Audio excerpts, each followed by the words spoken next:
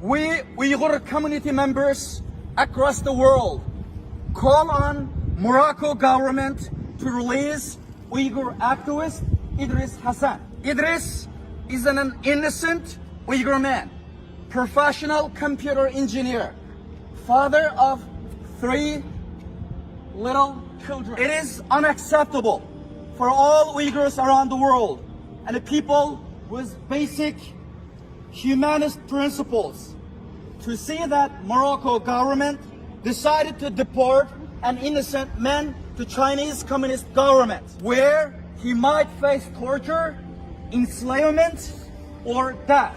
Chinese government is guilty of genocide against Uyghur people. Idris Hasan is the member of Uyghur community. We demand Morocco government not to deport Idris Hasan to China. It's against international law and the fundamental principles of human rights. If you insist to do so, you would make yourself accomplice of genocide against the Uyghur people.